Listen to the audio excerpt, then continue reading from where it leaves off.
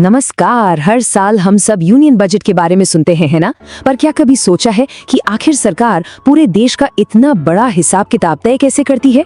तो आज हम 2026-27 के केंद्रीय बजट की हर जरूरी बात को बिल्कुल आसान भाषा में समझने वाले हैं। तो चलिए सबसे पहले इसी बड़े सवाल को सुलझाते हैं। आखिर किसी देश का बजट बनता कैसे है और काम कैसे करता है? अगले कुछ ही मिनटों में ये पूरी तस्वीर एकदम साफ हो जाएगी। ये रहा हमारा आज का रोड मैप। हम शुरू करेंगे ये समझने से कि बजट होता क्या है, फिर देखेंगे कि इसके प्रकार क्या हैं, ये बनता कैसे है, इसका इतिहास कैसा रहा है, और आखिर में बात करेंगे कि 2026-27 के बजट में क्या खास है। तो चलिए शुरू करते हैं सबसे बेसिक सवाल से। जब हम बजट शब्द सुनते हैं तो इसका असर में मतलब क्या होता है? देखिए, टेक्निकली हमारे संविधान में बजट को कहते हैं एनुअल फाइनेंशियल स्टेटमेंट या वार्षिक वित्तीय विवरण। अगर आसान भाषा में कहूँ तो ये कुछ और नहीं बल्कि आने वाले एक साल के लिए सरकार की अनुमानित कमाई और खर्च का पूरा लेखा जोखा है, एक तरह से पूरे देश का फाइनेंशियल प्लान। और यहीं पर एक बहुत मज़ेदार बात है। हम सब जिस बजट शब्द का इस्तेमाल करते हैं वो हमारे संविधान में कहीं लिखा ही नहीं है। जी हाँ, ये तो बस आम बोलचाल में इतना पॉपुलर हो गया कि अब यही इसकी पहचान बन चुका है।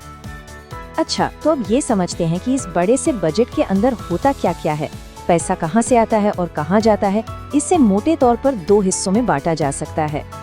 पहला है रेवेन्यू बजट। इसे आप सरकार के रोजमर्रा के खर्चों का हिसाब मान सकते हैं, जैसे कि सैलरी देना, सब्सिडी देना, और इसकी कमाई होती है टैक्स से। वहीं दूसरी तरफ है कैपिटल बजट। ये है भविष्य के लिए निवेश, जैसे नई सड़कें बनाना, स्कूल, अस्पताल या कोई बड़ा इंफ्रास्ट्रक्चर खड़ा करना। यही वो हिस्सा है जो देश की तरक्की की नींव रखता है। ठीक है, बजट क्या है ये समझ लिया, पर ये बनता कैसे है? मतलब इतना बड़ा फाइनेंशियल डॉक्यूमेंट तैयार कैसे होता है और फिर उसे कानूनी मान्यता कैसे मिलती है? चलिए इसकी पूरी प्रक्रिया को समझते हैं। ये पूरी कहानी 6 चरणों में पूरी होती है। सबसे पहले वित्त मंत्री इसे संसद में पेश करते हैं, फिर इस पर दोनों सदनों में जोरदार बहस होती है। इसके बाद अलग अलग संसदीय समितियां इसकी बारीकी से जांच पड़ताल करती हैं। फिर हर मंत्रालय के लिए जरूरी पैसे पर वोटिंग होती है और आखिर में 2 बहुत जरूरी बिल पास होते हैं, जिनसे सरकार को देश के खजाने से पैसा निकालने और टैक्स वसूलने का कानूनी अधिकार मिल जाता है। चलिए अब जरा टाइम मशीन में चलते हैं और देखते हैं कि भारत में बजट का इतिहास कितना दिलचस्प रहा है और ये समय के साथ कैसे कैसे बदला है। ये सफर शुरू हुआ था 1860 में, जब भारत का पहला बजट पेश हुआ। फिर आया 1947, आजाद भारत का पहला बजट। लेकिन असली गेम चेंजर था 1991 का बजट, जिसने उदारीकरण और निजीकरण की शुरुआत करके हमारी अर्थव्यवस्था की दिशा ही बदल दी। और हाल के सालों में भी बड़े बदलाव हुए, जैसे 2017 में रेल बजट को आम बजट में मिला दिया गया और 2021 में कोरोना महामारी के बीच देश का पहला पेपरलेस यानी डिजिटल बजट पेश हुआ।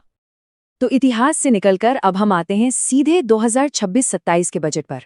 और ये बजट सिर्फ नंबरों के बारे में नहीं है, इसमें एक नई सोच, एक नई फिलॉसफी छिपी है। इस बजट का जो सेंट्रल आइडिया है ना, वो है एक बड़ा शिफ्ट। अब तक फोकस वेलफेयर यानी कल्याण पर था, लेकिन अब जोर कर्तव्य यानी ड्यूटी पर है।